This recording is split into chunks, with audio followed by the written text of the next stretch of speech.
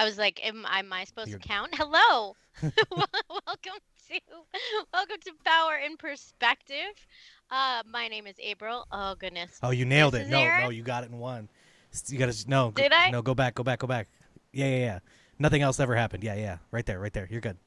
Did it go this Yep. way? Nothing else ever This happened. is We're good. Aaron.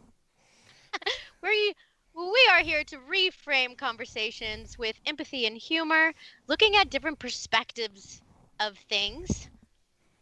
How's it going over there? Good. It's been an interesting week doing show prep. I definitely had to question some things, and a lot happened. A lot happened. A lot That's happened. fantastic. I did not have a lot happen. No, that's all right. Except for a deep. I fell down a Henry David Thoreau rabbit hole. That's where I went. Good. That's good. There's nothing like being imprisoned for tax evasion to brighten your week, or the idea of being imprisoned for tax evasion. But he said he felt freer in prison than he felt like all the people out there were. Yeah. They weren't free. Yeah. Yeah.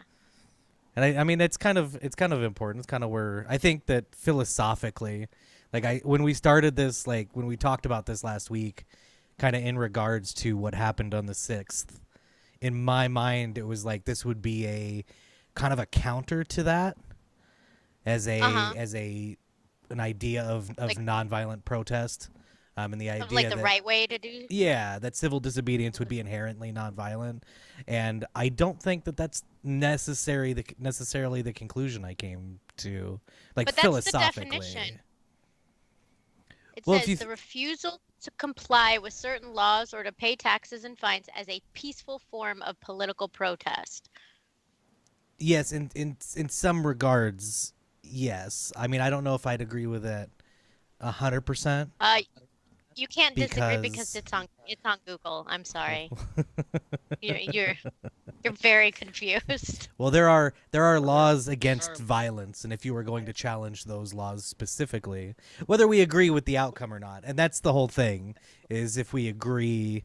I mean, we don't have to fundamentally for their sake, but if or agreeing or disagreeing with the goals of the protest. What? Yeah, there was something I was reading. We were talking about Martin Luther King quotes and stuff, and I was reading through some of his quotes because I wanted to find the perfect one. And he made something about a quote about the results are usually futile or something like that. I'm sure I read it. It is not in my show notes.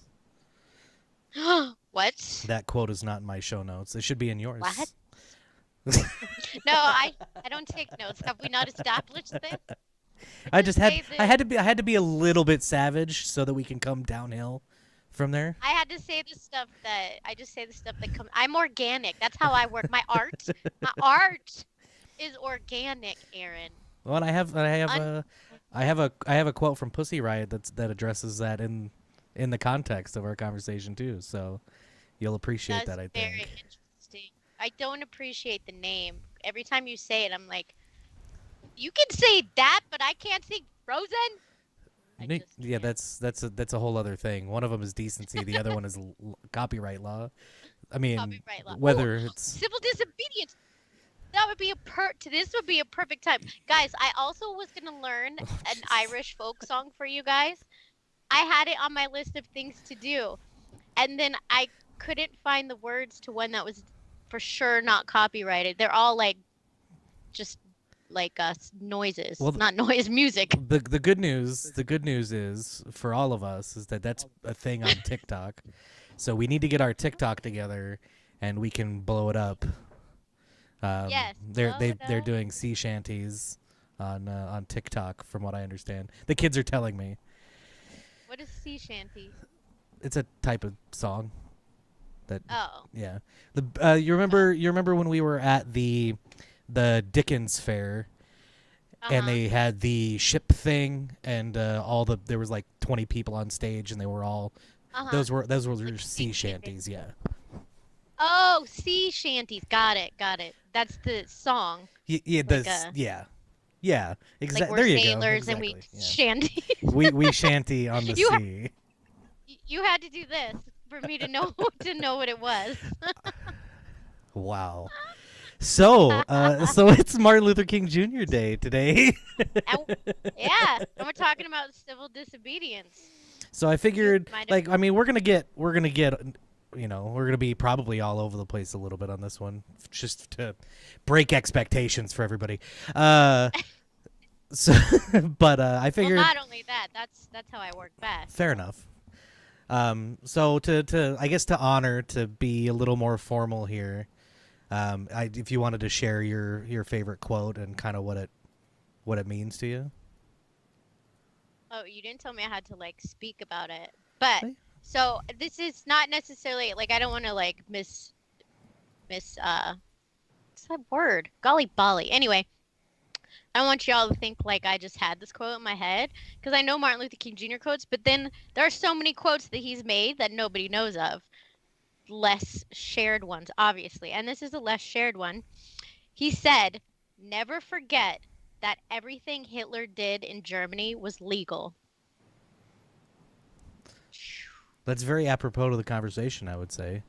I know. Look at me. I didn't even realize it until I looked at it again a little bit ago. Yeah. Yeah, that everything he did was legal. And also, it makes me think of get all your judginess ready to go, peeps out there. But it made me think of when this whole pandemic thing first started, and like people just did what the government said, and like, which is fine, but without even thinking, like without even questioning, Yeah. without even worrying that they had that much power. Not even a second thought. Just government says jump, I jump. Yeah. Yes. Without even a second thought. That's what that made me think of. And I was like, I always wondered how they could get Germans to be so supportive. And I know it's not the same, people. Like pandemic rules and Germany. I get that. But I had a flash of awareness when I saw that people were not even concerned. Well, nationalism. I mean, things like nationalism are very difficult things to overcome for anybody individually, and even more so in large groups. Um, Yeah. and I'm not gonna jump forward too far, but I do have something from I think it was Chomsky. Yeah, from a Chomsky interview I was watching, Noam Chomsky. Um, that kind of speaks to that as well, and the idea that we don't always know what to question. That Yeah. it's not always obvious in the moment that what you're doing is wrong or incorrect or is progressing in whatever way. Yeah. Exactly. Which is that's all I'm saying is a second thought. I'm not saying Hitler was anti-mask. Oh, the trolls have arrived. I know. The right thing equals caring for others. It is not about like wear a mask, don't wear a mask, whatever. It's not about shut down the restaurants, not shut down the restaurants. It's about not even having a second thought to the power. The fact that they could close restaurants was beyond me. I couldn't even fathom it. And everybody's just like, yeah, that's what's best for everybody. And I'm like, you don't want to take a second? Just a second. Just a pause. Just one teensy pause. Teensy pause. Well, and we've progressed to a point now where people are asking, Like especially if you look at California, where they're doing things like they're like, okay, only outdoor dining, and everybody scrambles to try to get their shit together so that they can maintain their business and also be helpful and within the scope of law. And then they ban outdoor dining, and it's like this progression that doesn't seem to match up with results. Yes. But Well, and because outdoor dining basically just became indoor dining, but outside. yeah, which is how people respond to law. I mean, it's just like when you talk about people avoiding taxes. I need to follow. Yeah. In that same, just to circle back around to Henry David Thoreau here. But yes, 100%. The right thing is caring for others. I'm not going to disagree even one little bit to that, Mr. Jacob Buying. Yeah. What are you trying to say, Mr. Jacob? I don't think he was coming at us. Oh no. No. Oh, okay. Yeah, Back down. yeah. Back down. So when I was looking through, and obviously there was a lot, I was watching some interviews and stuff with MLK Jr. and some very interesting stuff about that we'll get into about the difference between legality and morality, like you were saying. But aside from like not necessarily on the topic that we're discussing, but one of my favorites is injustice anywhere is a threat to justice everywhere. And this kind of, to me, speaks to Jake's point over here that an expression like that is why we have to fight for others and why other people's rights. Well, let's Oh, keep it here. be careful with that. Okay. Oh. I just thought they were people too. I'm so sorry. Just know us as individuals that, Gotcha. and this speaks to the idea of privilege and everything. As we talk about being very white from a state that has no real identity. Shut your face. But that we can't take our comfort as a fact in life, and that fighting for others' rights and everything else will ultimately favor us, even if we don't necessarily see it in the moment. Yes, there is a quote or something by someone at the museum in Washington D.C. I'm getting there. It's a Holocaust museum. Yeah. It's the Holocaust. It takes me a while to think. It's the Holocaust Museum, and it said, oh golly bolly, April. Like basically all these groups are being targeted, and I didn't fight for them, and then there was no one left, and it was me. Yeah. And then I was being targeted. I'll find it. It's a sentiment that's been echoed many times throughout history about fighting for others' rights. But I think it even especially in the context of our show, it's one of those things that ideologically is very important to me in the way that I approach philosophically these kinds of problems, like civil disobedience and what happened last week and everything else. Yeah. 2 weeks ago now. Wow, everything moves so fast. Time is flying by. Wait till Wednesday comes. Yeah. So I don't remember if it was us. Were we? And we might have gotten into a disagreement about speed limits, and if they exist for safety and the way of assessing speed limit laws and such. If that's the case, if that's their intent. I don't recall that disagreement, but it's very possible. Don't forget, I'm old. Okay. Well, it's a silly. I'm it's a guessing silly you don't think one. they're for safety. Yeah, I think that's why they were created, but they haven't been reassessed or anything. But I think that's with a lot of laws. And not just laws, policies, and procedures of our nation and even our households. They were unions. I think are a great example too. Like they were started with good intent. This is totally off subject. Keep going. Yeah, we'll have a union. We can do that. We can do that one for sure. So I'm sure you're familiar with Ghandi, right? I mean, we're not BFFs or anything, but and not ADHD, Ghandi from Clone High. That was very offensive. So he believed in, and I don't know if this was a thing in Indian culture, but satyagraha, does that Ring a bell, yes. okay? So it roughly translates to truth force, the idea that truth above all else. But he said a satyagrahi obeys the laws of society intelligently and of his own free will because he considers it to be his sacred duty to do so. It is only when a person has thus obeyed the laws of society scrupulously that he is in a position to judge as to which particular rules are good and just, and which unjust and iniquitous. Only then does the right accrue to him of the civil disobedience of certain laws in well-defined circumstances. So basically, you have to experience it to decide. Yeah, that the idea is ones. to, and it's a big through thought of a lot of this is that the idea is assessing if laws are of that obeying law is a agreement to the law. Yeah. Oh, you've said something like this before, I think, too. I probably say it a lot, yeah. Yeah. I have a vague recollection. It's like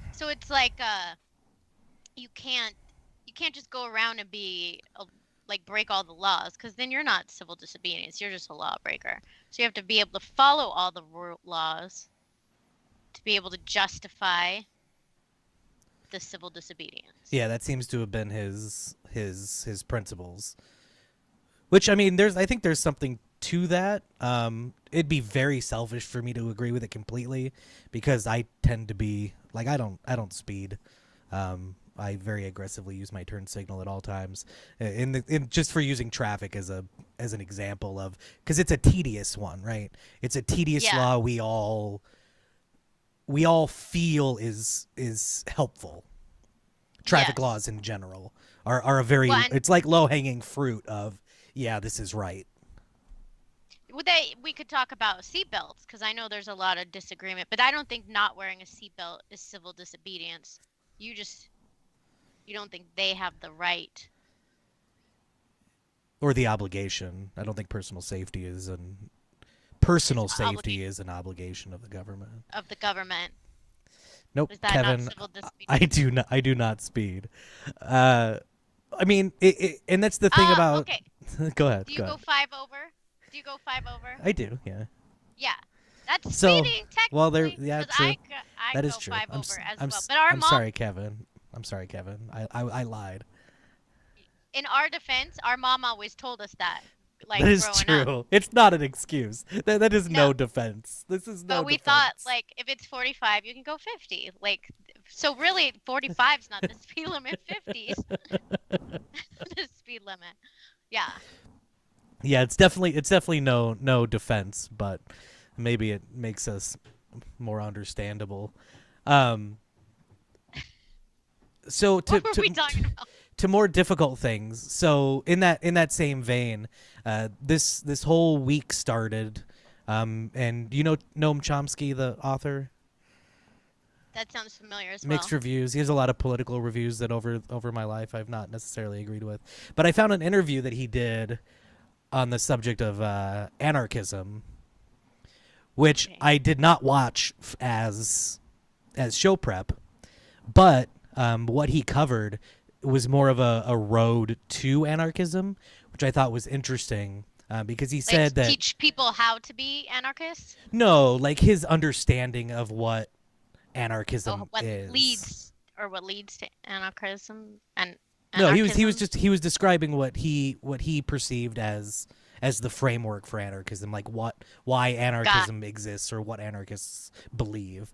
But basically, I mean, the through message of what he was saying is that anybody who executes authority has a burden of proof to bear that the authority is legitimate. And that's what he thinks. Yeah. That's what he thinks is the nature of anarchism. So there's layers there. So the example he used was like his granddaughter walks into the street and he grabs her by the arm and pulls her out of the street. That, in no uncertain terms, is an execution of authority, right? And so it's his burden to prove that the authority is legitimate. and in the effort of her safety, it is in should and will be in his granddaughter's mind legitimate, that he could make that argument very easily, that it's legitimate authority. And they go on to ask questions about the what legitimate authority is, and he opines a little bit. It's like an 8-minute interview. I definitely recommend anybody go to YouTube and look for it. It's great. But he talks about it being the role of those who are subordinated. So in the case of the government, us, we are subordinate to the government, to challenge the authority, and it is their burden to prove its legitimacy. Their obligation to challenge them to prove its Yeah, legitimacy. so it is our role in the whole authority dynamic to challenge, to engage in civil disobedience. Like, that is our responsibility as people in the I kind of like that structure of authority. And this kind of goes, I think, with what Henry David Thoreau was saying, and my personal views on voting is that everybody thinks that that's where it stops, right? And that I voted for the people that I think, and then that's my contribution to what is right. Yeah. You know what I mean? And Henry David Thoreau was like, you think you have power when you vote. You have no power. Yeah.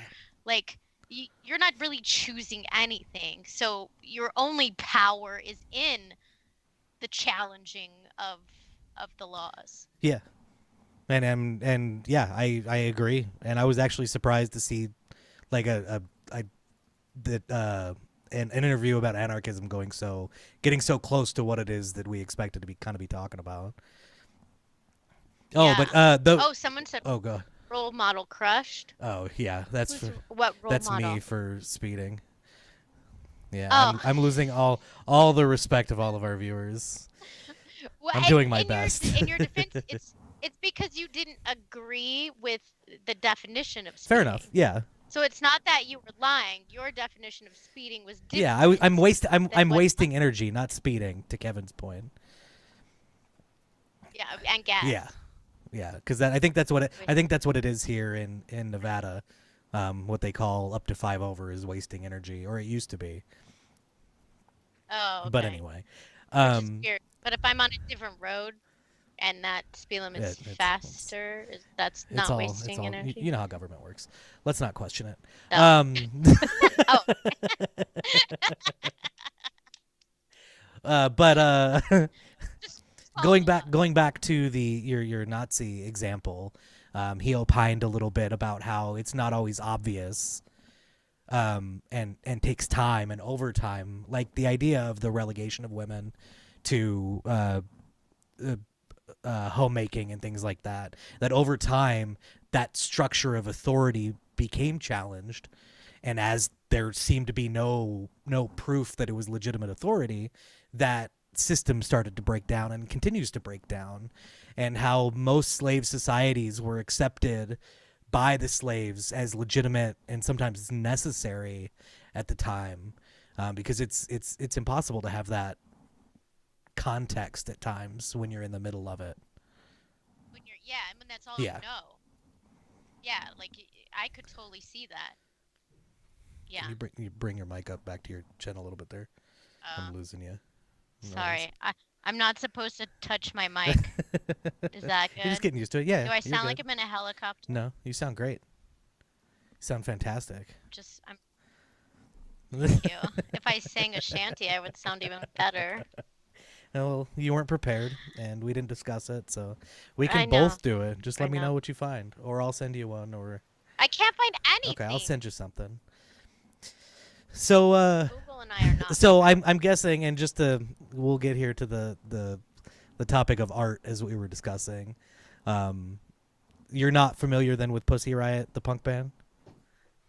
Oh, no, I am not. And just so you know, their name is intentional because it's offensive language, and because to get people to pay attention. No, because people would be reticent to say it because it was disgusting, because they were disgusted by even it necessitated them to say it, but also they were disgusted by the idea of saying it, is my understanding, to create that Interesting. paradox. And I was watching an interview with Putin, and he You wouldn't wouldn't say say it. it. But That's here, funny. I'll read the quote that I got. A punk is someone who knows how to ask the world uncomfortable questions and does everything possible to make sure the world can't cop out of answering those questions. A punk is a person who lives and breathes astonishment, astonishing other people and astonishing yourself. That's what art is for us, and without art, life can't exist. It would be too boring. Oh, I kind of love him. I want to be a punk. Well, I mean, and I that's probably am, huh? everybody is. Uh, No, no, Wednesday, the no, Biden come no. to give us sugar, tea, and rum. Oh, well, then I accept. As long as we get circuses too, that'd be great. Uh, Sorry, I got don't get sidetracked it. by Steven. I don't know. I don't know whose quote that I is. know. Um, Maybe it's his own quote. I just know Kevin wants us to do shanties, so And we will. I It'll won't it'll forget. happen. I won't forget, Kevin. It We'll will we'll work happen. on it for next week for sure. Um, so yeah, I mean Oh, that's good. We have a guest. We have a guest oh that's a next week. good That'll be point. fun. Yeah, it's also a good point. So I mean that's kind of the idea of even just the anarchism, and I'd say that anarchism and punk are intrinsically linked, at least in the zeitgeist, right? Then that I would say definitely speaks to why, and also the importance of art as a means of civil Oh disobedience yeah. too. Well, yeah, and art in gen. Yeah, I could go on forever about that, but about art, but it's not related to civil disobedience, so I'm stopping. That's fair. I mean, Look at me, growing up, not chasing the squirrel. I see the squirrel. The squirrel's there, but then I just let the squirrel go. well, to be fair, I mean we have our topic is very broad today, and well, it's Really? I mean it's narrow, but it's the way I that we're guess. the philosophical. Like if we were talking about the history Yes. of civil disobedience, it'd be one thing, but talking about the philosophy, right? Well, that's because that's where perspective Yeah, comes in. I mean, I guess you could have a perspective on the history, but I mean, it is what it is. Those are like it is what it is. yeah, That that is happened. true. I guess this is sort of philosophical show that we're doing Ooh, like we're without getting too high smart. minded. Yeah, wax as we wax intellectual, uh, or I guess wax philosophical in this case. Oh, so can you? Are we there yet? Where you talk about the Capitol and your changed views on that? Are we not at that No, point I yet? mean it's I can wait. it's the what and hold on, I'll find it so that we can get there. There's actually two. So first is an MLK quote. An individual who breaks a law that conscience tells him is unjust, and who willingly accepts the penalty of imprisonment in order to arouse the conscience of the community over its injustice, is in reality expressing the highest respect for law. Okay. Yes, but breaking into the Capitol is not the law they were saying was unjust. They were breaking a law that wasn't the law that they were No. against. And Does that make when I sense? said when I was talking about that in context, I was saying Oh, that violent action isn't immediately condemned by the philosophical ideals of civil disobedience. civil Yeah, dis. not Oh, okay. I'm not defending. I still, like I said last week, and I will continue to say, I don't know even what the goal was, so I can't Yeah. actually legitimately speak to it at all in any Yeah. meaningful way.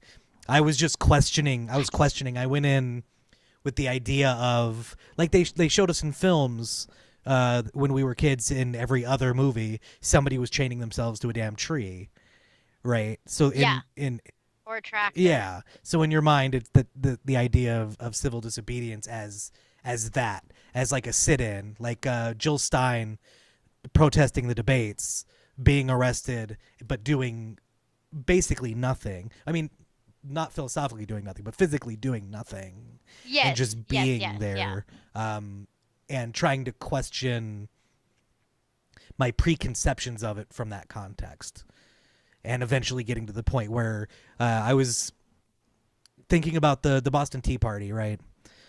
Mhm. So if we consider the Boston Tea Party an act of civil disobedience, it was destruction of property Yeah, it was and kind of a of little others' violent. property. Yeah. Yeah. And a lot of the pre-revolutionary action was violent. But does it discount its validity? As civil disobedience. Yeah. Yeah, I don't think so. And it kind of goes with what I was saying last week is that this whole capital thing, as ridiculous seeming as ridiculous as it seemed, it needed to happen, right? Like to spark something, to like that was the point of the Boston Tea Party. Everything was that like just to spark something or bring awareness or something. Yeah. Well, and that's, I mean, and as much as I may not understand what it was that they were trying to accomplish, to MLK's point, is that they are suffering the consequences now Yeah. of that action, which Yeah. may in itself bring validity to the action, even if I don't understand it. Yeah. And we big picture may not may understand it down the road. You know what I mean? Yeah. Like it just seems so silly to talk about it in the same breath as like giving up your not giving up your seat on a bus. You know what I mean? Like Yeah. but I don't get to judge like what laws are worth fighting for and what For laws others. aren't. Yes, For yeah. yourself, you Or do. like Yeah. yeah. Were they breaking in the Capitol for the sake of breaking into the Capitol, or did breaking in the Capitol result from trying to challenge the results of the election? I'm guessing the latter, but I bet some of them were breaking in just to break in. They're like, "Hey, this looks Oh well, fun." that's, yeah. There's gonna be, and I mean, there's like we were making the argument that people can be riled in an environment like that, can be riled into anything. So it may not, Yeah, there may not have been intent to do that except by one person even. yeah, But even if that was your goal, was to challenge the results of the election, the act of breaking into the Capitol fundamentally accomplishes nothing other than yeah. visibility. That's all it has to be because, like I said, it didn't seem like you you're not.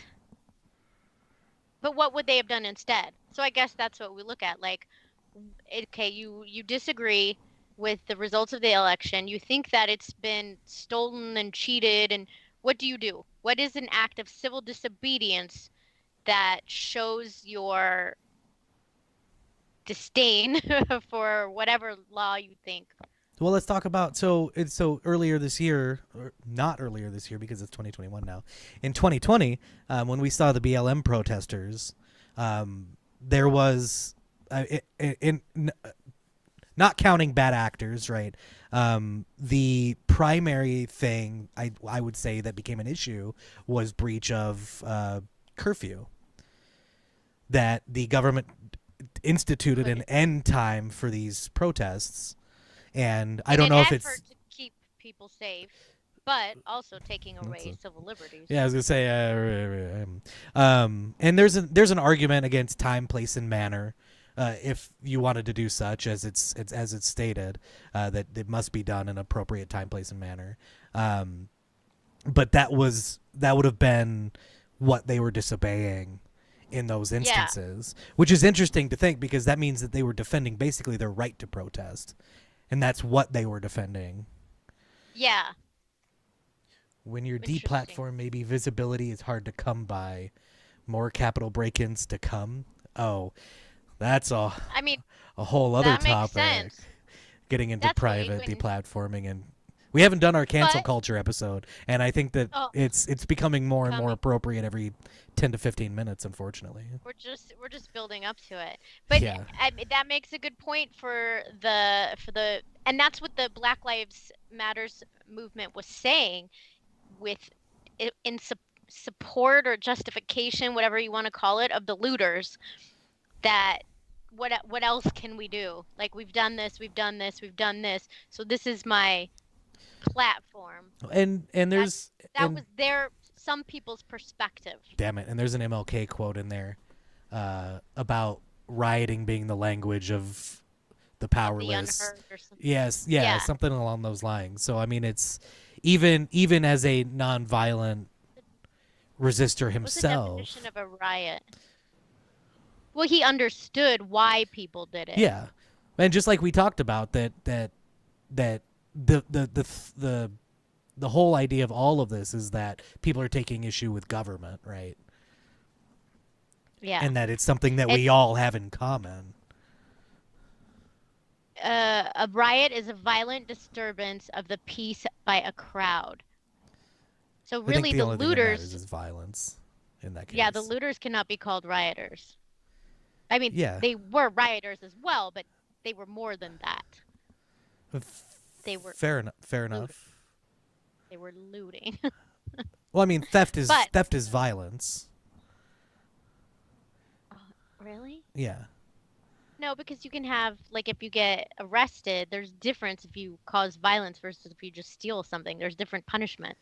No, but I mean, it's an act of aggression toward another person, a person or property. I mean, in our culture, property rights are personal rights. They are derived from our personal rights. Theoretically, that's a whole other thing. I know, I was reading something about that too. Yeah, that's a whole other political topic, where I will definitely get pushback from a lot of people. And I'm okay with that. It's just not appropriate today. Zoot Suit Riot, Zayat. MLK said that? Yeah.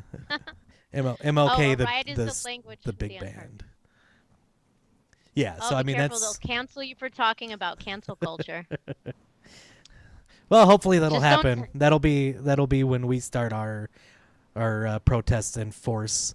Yeah, that means we're big. If we get canceled, dude, like, that's big. It's probably because Kevin's going to report us to I know, I was just gonna say the that. cancel police. Sounds very suspicious. Whoever it is that they are. But yeah, going back, I mean, so it's hard to condemn anyone who is willing to suffer the consequences of their action nobly. Yeah. Whether we try to that was the conclusion I came to over time, is that The definition of nobly, I guess. Oh, you're for the consequences noble. Internally we can't. I mean, like I said, I can't know if it's noble because as far as I'm concerned, there was no actual goal. But that's a failure on their part to do what theoretically they were trying to do, communicate and convince other people of the righteousness of their actions, which is theoretically what protesting is for.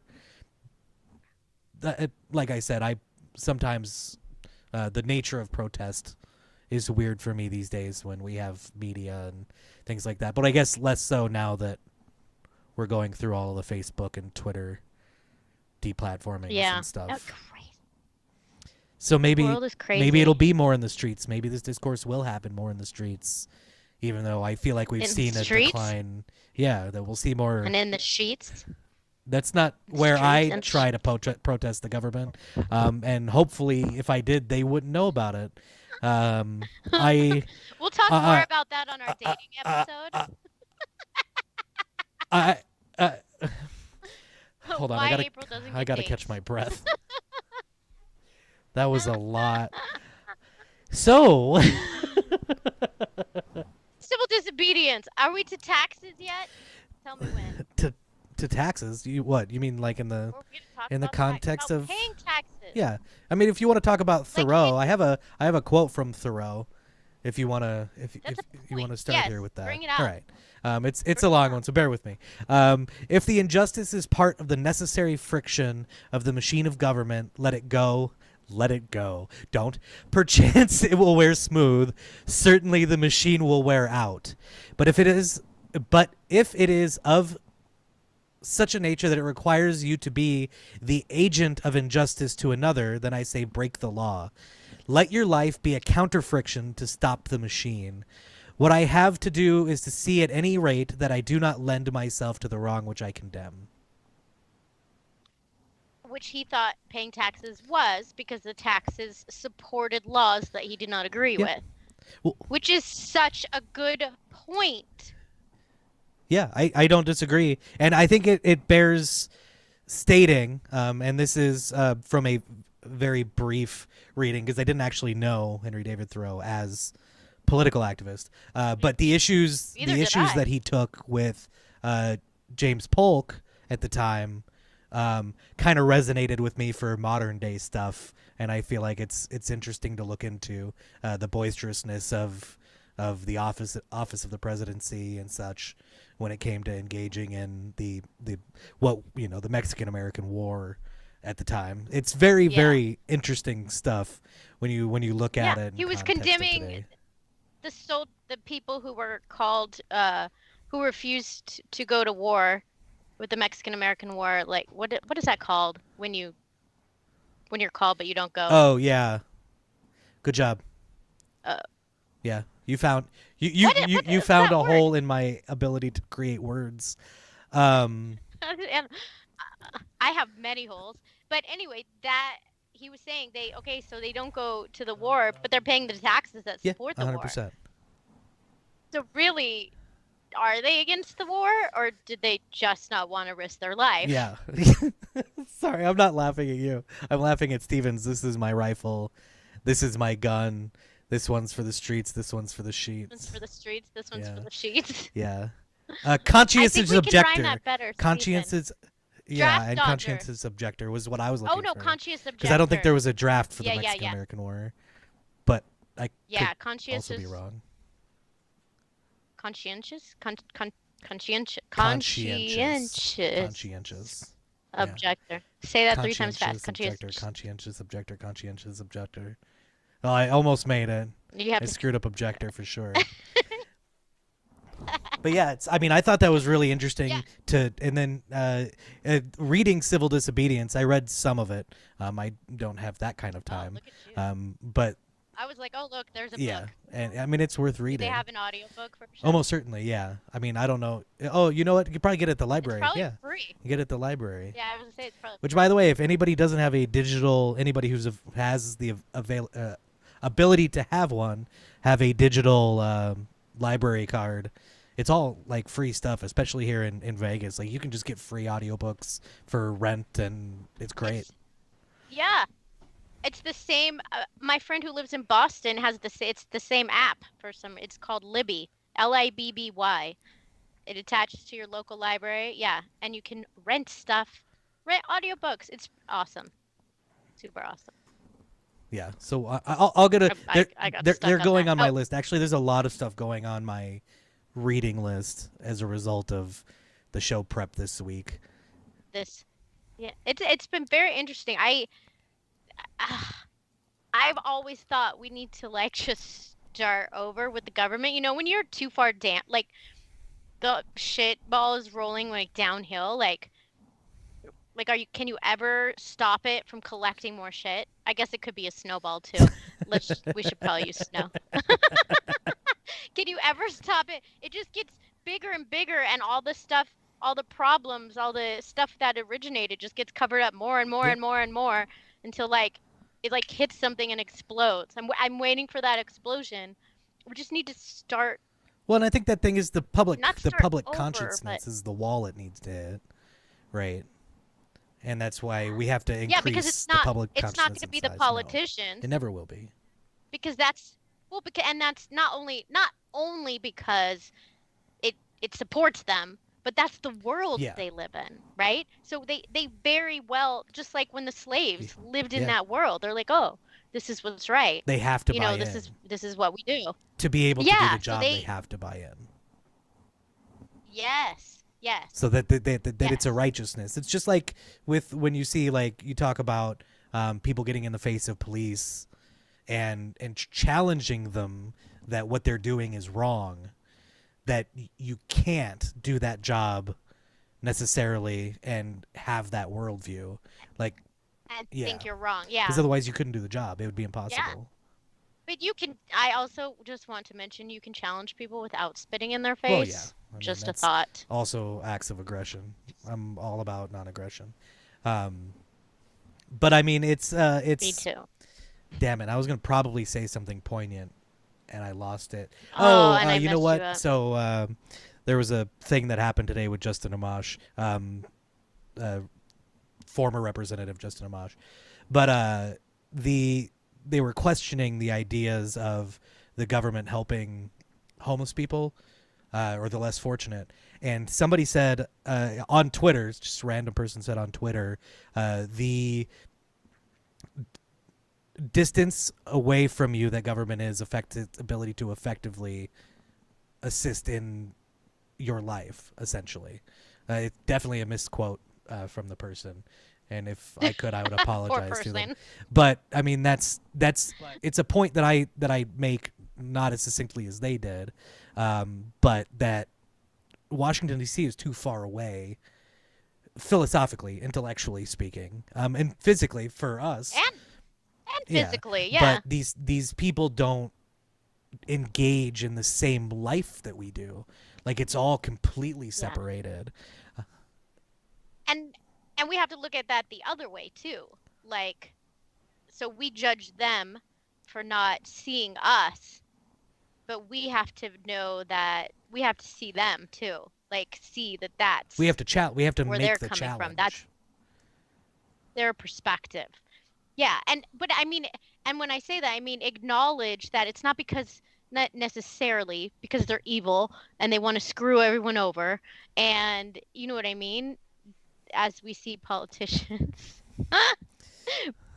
But it's because they think that that's how things go.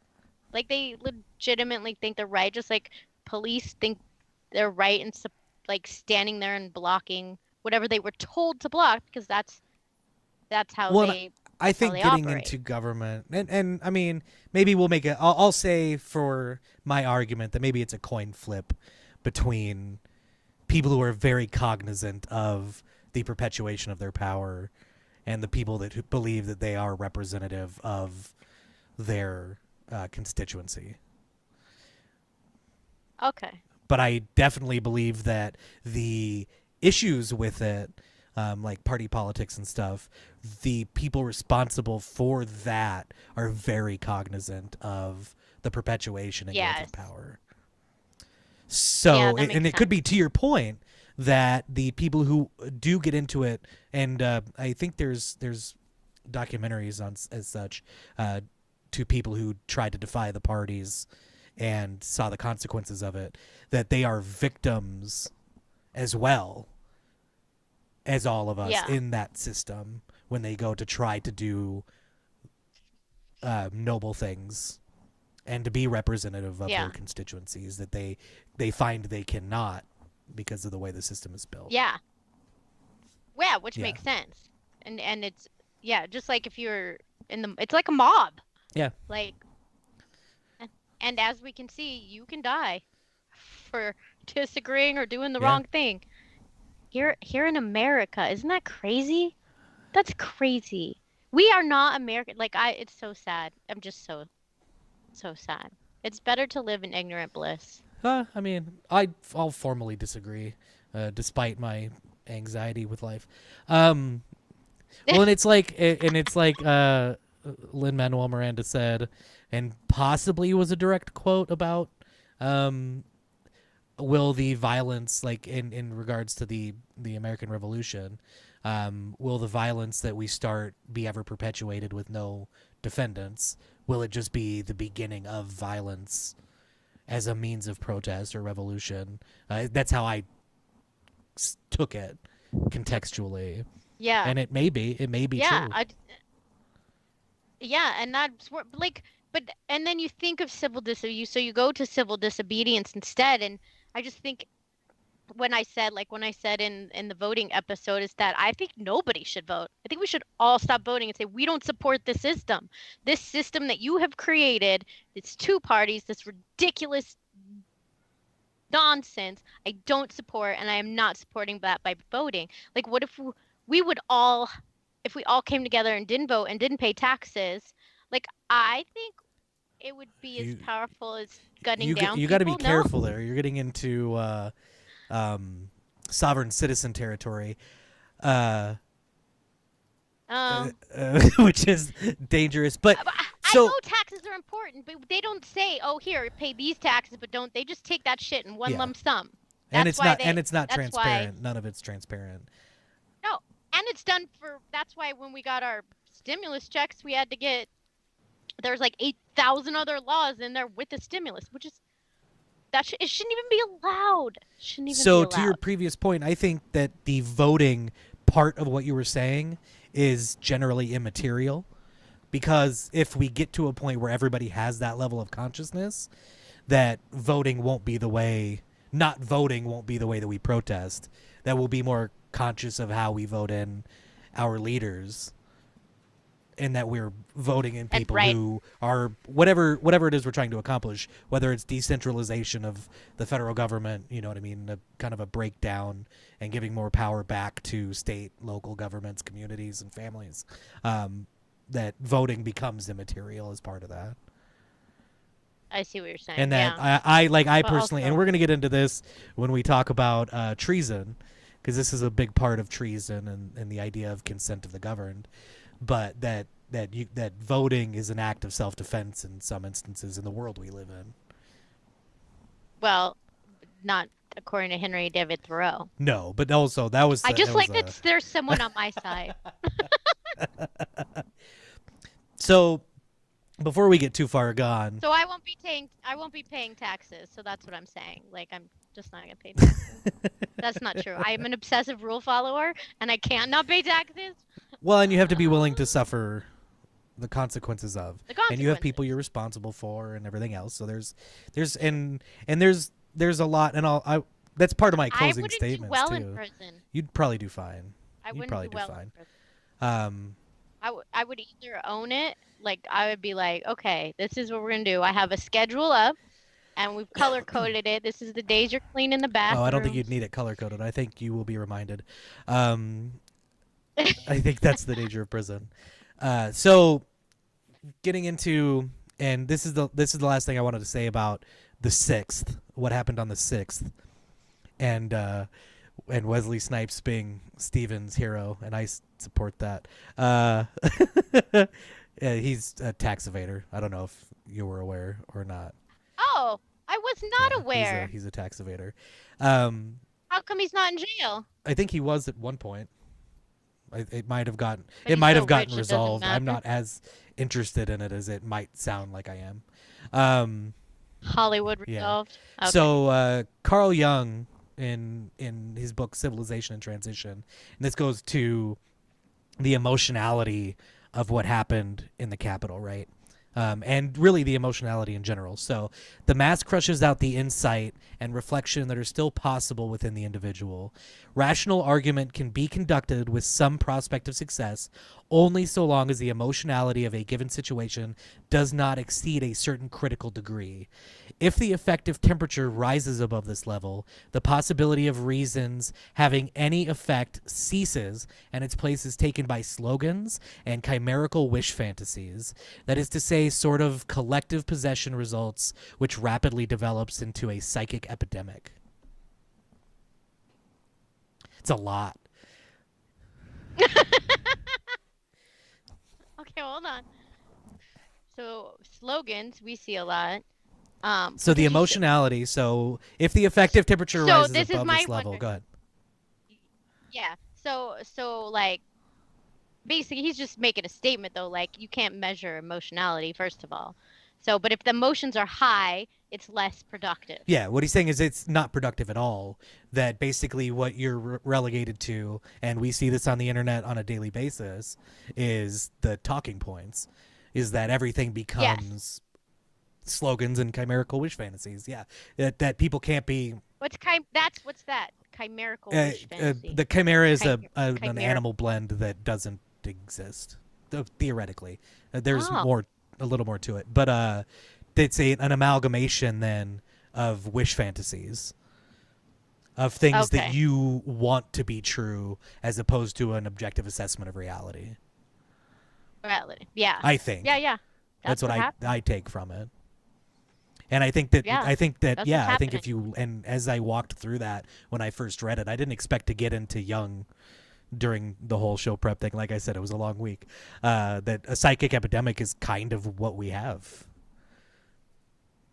Psychic epidemic. That Define. we don't have the uh, psychological Psychic capacity or awareness Got enough it. to be able to have those rational discussions without breaking that cycle. Okay, different kind of psychic than I had originally thought. Yeah. Well, I he's a was like, psychologist are we predicting or the a future now? psychiatrist. I don't remember which one Jung was. I'm not sure it Nah, matters 100%, but irrelevant. It doesn't um, matter. uh, It just matters if you want drugs or not. fair enough. Yes, and I'm all down for Miss Cleo in 2024. Who's that? Miss Cleo the psychic? Yeah, Oh, or yes. the Let's do fraud it. as a human being. So it may not be productive, but I'm down for it anyway. Uh, Fraud is a human being. She's a human being. well, when you Can't be a fraud when as you a human defraud being. people, I mean it's complicated. Um, Please ask again later. Steven's magic 8 ball is broken. Is he talking about? Yeah. I was just gonna say Magic 8 Ball. That's what I was gonna say. So Ooh, that'd be fun. Wait, someone should make a like 2020 Magic 8 Ball or 2021 Magic 8 with just Ball. one side, it just Has that stuck. happened yet? Yeah, or something like say it could be something funny. It just I says haven't "Stay got the to fuck funny home." part yet, but Yeah. yeah, You shake something. it, tip it over, just says "Stay the fuck home." Um, The fuck home. Jesus. Somebody make that. Somebody go create that. Ideas.com. So I have to ask the question then, and I have an idea about this that I've concocted, but what do we do? What is the next step in the Yeah. progression of civil disobedience as we exist in our That is society? a great question that I've been thinking about ever since I read about Henry David Thoreau. Like what do we do? Like No, I asked you first. yeah. No, I don't know. Unless we all stop voting and stop paying taxes, So which is irrational. I I'll agree. probably inform you about something and say some things that might be controversial depending on the people hearing it. Yes, definitely guns and ammo. There's some controversy. Just have it available just in case. There is a movement on social media, YouTube, and all that of an activity called First Amendment auditing. And basically, Okay. what these people do in this particular instance is they protest by, and it's not necessarily actual protest, by filming government officials. It's a very very highly contested idea because some of the people that do it are very antagonistic.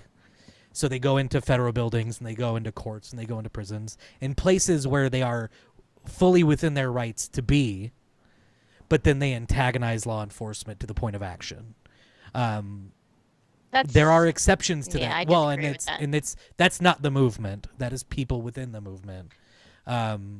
Okay. So there are people within the movement who will go do that, and they'll go to post offices and, like I said, prisons and federal buildings and be in the places that they're well within their rights to be, and people don't like it. So a lot of times the police are called, Yeah. and a lot of the times there have to be these conversations about the difference between someone's opinion of their righteousness and the actual legality of the practice. So that people don't like being filmed, fundamentally, which is sort of silly in my mind, especially for public officials, because they're public officials. But people are also people. Yeah. So generally, though, for the good ones, there are that conversation that happens between a person engaging in lawful and constitutionally protected activity and law enforcement to try to raise awareness and normalize the activity of being filmed in public. Of them being filmed. And the idea, and a lot of these people, and even outside of that, a lot of lawyers will tell you, film all interactions you have with law enforcement. This reminds me of, so recently they tore down some housing that had been built for homeless people in Las Vegas, for people without homes. I'm sorry, I'm not PC, guys, but they were tearing it down, and a guy filmed it because they're like people that built them, and they were told by government officials that if they wanted to, that they would give them notice if they planned on coming in and tearing things down. So the guy and all the cop kept saying is turn the camera off, turn the camera off, turn the camera off. And I'm like, if you're not doing anything wrong, why do you want him to turn Yeah. the camera off? Like I cannot comprehend that. Immediately going to a defensive stance. It's not like you're in the bathroom.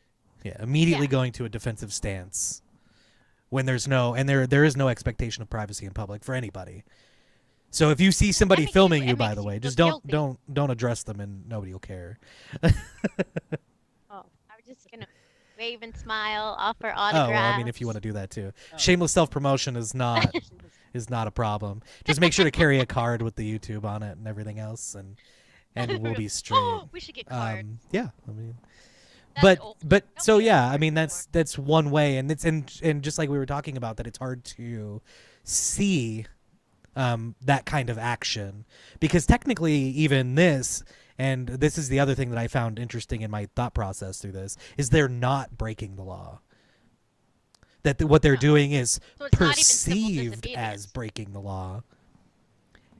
Because the other people don't like and it. it becomes an educational moment in the good times. In the bad ones, there's lawsuits and stuff, and people getting thrown in jail for literally not breaking any law.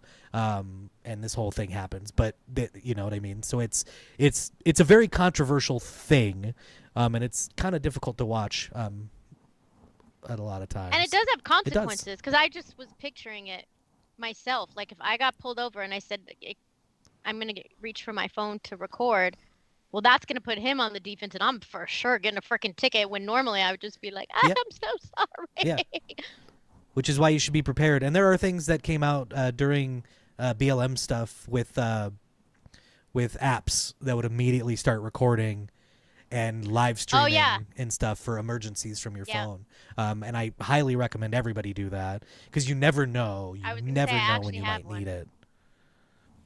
Also, I date in Las Vegas, so. I don't know what that means.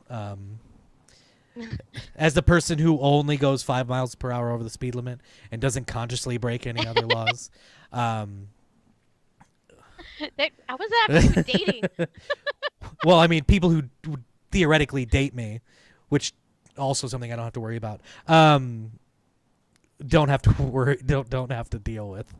Is me being the kind of person that you have to record. Have the app. Yeah. Yeah. I was thinking you should be recording them. Oh, yeah. You just assumed that it's like a female male thing.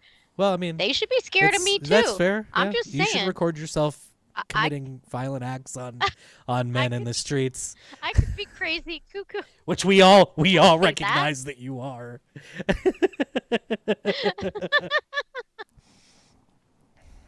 That's ridiculous. But yeah, so you never know. You never know what it is that you're doing, or could be doing, or might be doing in the future, that is your way of engaging in civil disobedience.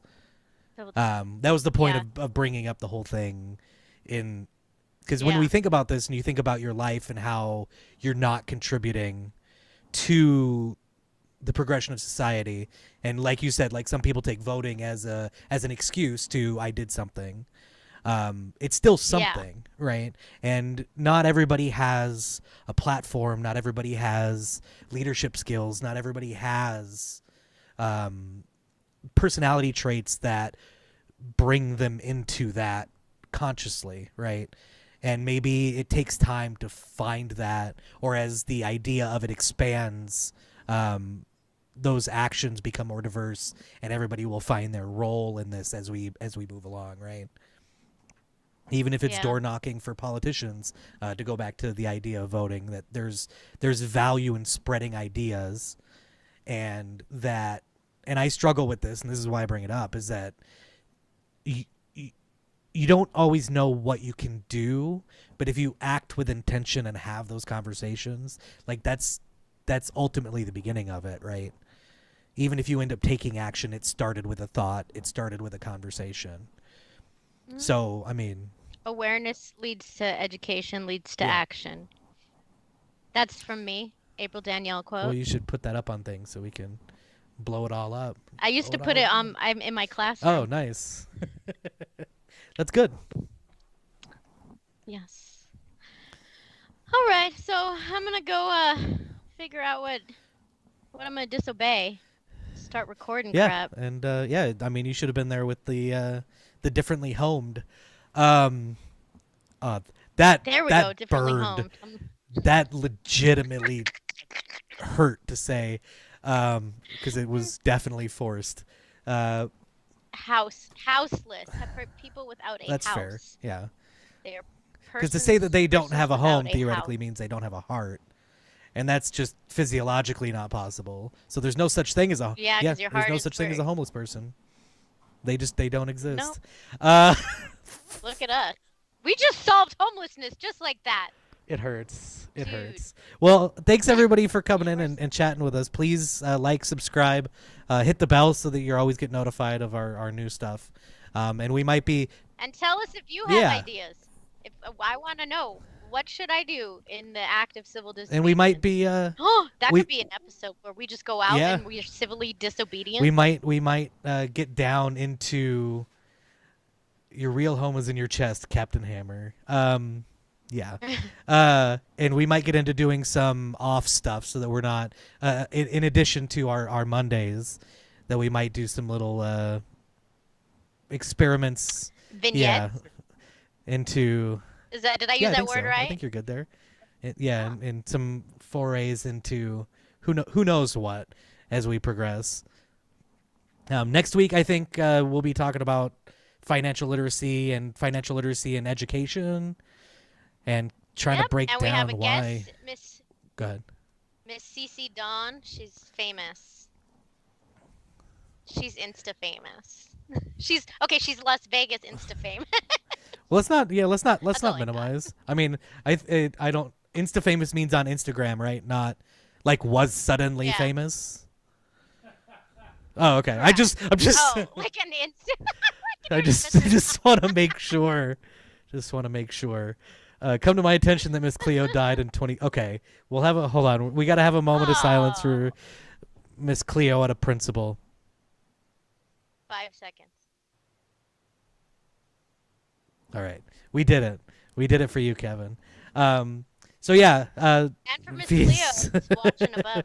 So let us know what you guys think about financial literacy as well. If there's any questions that you want to ask, our guest next week also will be live, so you can do that as well.